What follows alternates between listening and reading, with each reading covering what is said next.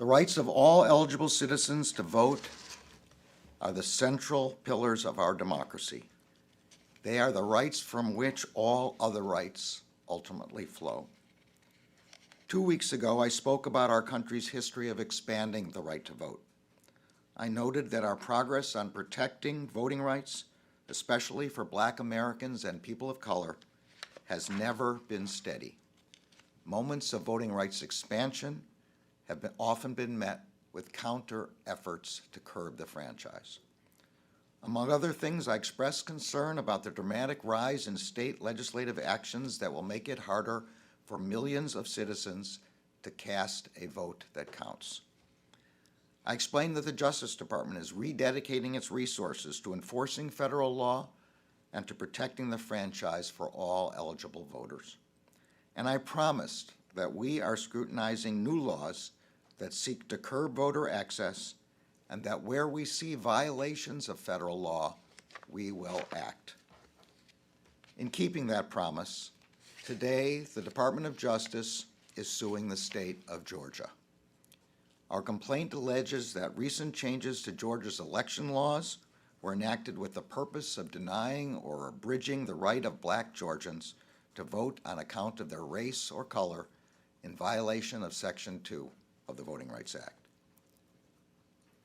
Several studies show that Georgia experienced record voter turnout and participation rates in the 2020 election cycle. Approximately 2/3 of eligible voters in the state cast a ballot in the November election, just over the national average. This is cause for celebration. But then in March of 2021, Georgia's legislature passed SB 202. Many of that law's provisions make it harder for people to vote. The complaint alleges that the state enacted those restrictions with the purpose of denying or abridging the right to vote on account of race or color. In a few moments, Assistant Attorney General Clark will talk in more detail about this case, United States versus Georgia. I want to thank the staff of the Civil Rights Division's voting section for their hard work on this matter and for their everyday efforts to protect Americans' voting rights. The critical nature of their work is the reason we are doubling the section's enforcement staff. This lawsuit is the first of many steps we are taking to ensure that all eligible voters can cast a vote, that all lawful votes are counted, and that every voter has access to accurate information. The Civil Rights Division continues to analyze other state laws that have been passed, and we are following the progress of legislative proposals under consideration in additional states. Where we believe the civil rights of Americans have been violated, we will not hesitate to act. We will use all existing provisions of the Voting Rights Act, the National Voter Registration Act, the Help America Vote Act, the Americans with Disabilities Act, and the Uniformed and Overseas Citizens Absentee Voting Act to ensure that we protect every qualified American seeking to participate in our democracy. Under the supervision of the Associate Attorney General, the Civil Rights Division is also taking proactive measures to help states understand federal law and best practices. We are in the process of developing guidance to help ensure that post-election audits comply with federal law, and we are working in guidance with respect to early voting and voting by mail. And because the upcoming redistricting cycle may be the first since 1960 to proceed without the key preclearance provision of the Voting Rights Act, we will publish new guidance to make clear the voting protections that apply to all jurisdictions as they redraw their electoral maps. These include maps used for congressional districts, state legislatures, county commissions, city councils, and more. Pursuant to President Biden's executive order, we are also working to ensure access to voter registration for eligible individuals in federal custody, and will assist other federal agencies in expanding voter registration opportunities as permitted by law. Finally, as I noted 2 weeks ago, we are seeing a dramatic increase in menacing and violent threats ranging from the highest administrators to volunteer poll workers. To address this effort to undermine our electoral process, today the Deputy Attorney General will issue a directive to all federal prosecutors and the FBI, which will highlight the prevalence of these threats and instruct them to prioritize investigating these threats. Today, we will also launch a task force, including personnel from the Criminal Division, the Civil Rights Division, the National Security Division, and the FBI to focus on these threats. We will promptly prosecute any violations of federal law. We are using every method at our disposal in our enforcement efforts, but that is not enough. We urge Congress to act to provide the Department with important authorities it needs to protect the voting rights of every American. 8 years ago today, the Supreme Court issued the decision in Shelby County versus Holder. Prior to that decision, the Justice Department had an invaluable tool it could use to protect voters from discrimination, Section 5 of the Voting Rights Act. Under that section, any change with respect to voting in a covered jurisdiction could not be enforced unless the jurisdiction first proved to the Justice Department or to the United States District Court for the District of Columbia that the proposed change did not deny or abridge the right to vote on account of race, color, or membership in a language minority group. Using that tool, the Department prevented over 175 proposed election laws across Georgia from being implemented because they failed the statutory test. If Georgia had still been covered by Section 5, it is likely that SB 202 would never have taken effect. We urge Congress to restore this invaluable tool. I will now turn the podium over to Kristen Clark, who will tell you more about our filing in United States versus Georgia. Thank you, Attorney General Garland. 2 weeks ago, you made clear that the department will spare no effort to protect voting rights in this country. As you and I have discussed on many occasions, the Civil Rights Division stands on the front lines of this work. While it is the honor of a lifetime to lead the division charged with upholding the nation's civil rights laws, it is also a great responsibility. Today, that responsibility requires that I announce the division has found it necessary to file suit against the state of Georgia. The Civil Rights Division did not arrive at this decision lightly. It's our job to follow the facts and the law. And in this case, our careful assessment of the facts and the law demonstrates that Georgia's recent voting rights law violates Section 2 of the Voting Rights Act. I want to thank the voting section for their tremendous efforts on this complaint and everything that they do.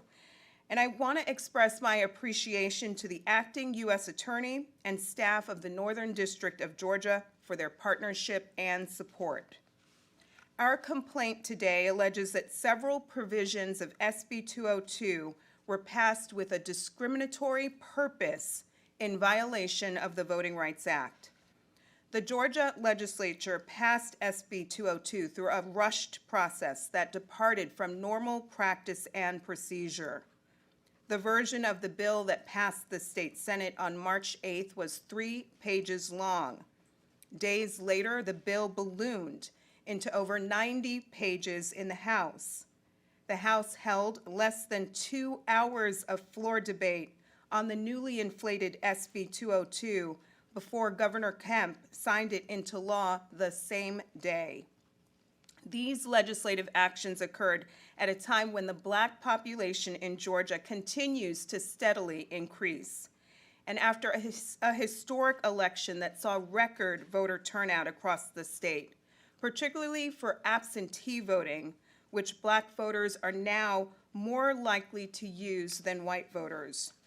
Our complaint challenges several provisions of SB 202 on the grounds that they were adopted with the intent to deny or abridge Black citizens equal access to the political process. The provisions we are challenging reduce access to absentee voting at each step of the process, pushing more Black voters to in-person voting, where they will be more likely than white voters to confront long lines. SB 202 then imposes additional obstacles to casting an in-person ballot. Like all of the provisions in SB 202, the changes to absentee voting were not made in a vacuum. These changes come immediately after successful absentee voting in the 2020 election cycle, especially among Black voters. SB 202 seeks to halt and reverse this progress. First, the law prohibits election officials from distributing unsolicited applications for absentee ballots as they did during 2020. The law irrationally shortens both the period during which voters can request absentee ballots and the period during which election officials can mail them out to voters. In the 2020 election cycle, a voter in Georgia could request an absentee ballot up to 180 days before an election, and up until the Friday before Election Day. Under SB 202, the state moved the deadline for requesting an absentee ballot by a week, a critical time period close to Election Day, where data shows that Black voters are more likely than white voters to request an absentee ballot. SB 202 imposes substantial fines on third-party organizations, churches, and advocacy groups that send follow-up absentee ballot applications and requires new and unnecessarily stringent identification requirements to obtain an absentee ballot. We are also challenging a provision of SB 202 that places restrictions on drop boxes and would limit access and ease of voter participation. In the 2020 elections and the 2021 runoff election, the Georgia State Election Board allowed voters to drop off absentee ballots in drop boxes. This method of voting was widely deployed in the metro Atlanta area, where the largest Black voting age population in Georgia resides. During the 2020 election cycle, the 4 most populous counties in the metro Atlanta area provided over 100 drop box locations for voters. Under the bill, that number is expected to drop to roughly 20. The drafters of SB 202 did not stop their efforts at making absentee voting more difficult. Historically, minority voters in Georgia have been disproportionately more likely to wait in long lines to vote in person on Election Day. Given those long and protracted wait times, civic groups, including churches, have at times provided food and water to voters in line to make their wait more comfortable. SB 202 bans the distribution of food and drinks to voters in line. As we allege in our complaint, this needless ban was passed with unlawful discriminatory intent. Finally, our complaint challenges a provision of SB 202 that reduces the likelihood that out-of-precinct provisional ballots will be counted. It's well documented that communities of color change residences more frequently than other populations, and because of this greater residential mobility and polling site closures and consolidations, Black voters are more likely to end up at the wrong precinct on Election Day. SB 202 reduces the chances that those eligible voters will have their ballot counted. Section 2 of the Voting Rights Act, one of our nation's bedrock civil rights statutes, prohibits the enforcement of any voting practice or procedure that has the purpose of denying or abridging the vote on account of race, color, or membership in a language minority group. As we allege today, SB 202 violates this federal law.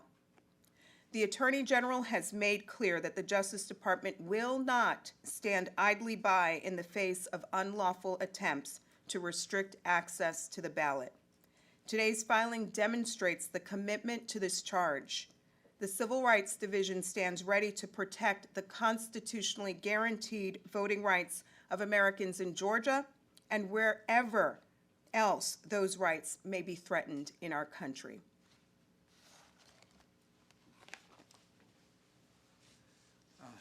Thank you, Kristen Clark. We have time for a few questions. Evan, you want to start us off? Attorney General, you referred to the number of states, legislatures that have passed new voting laws in the last couple of months.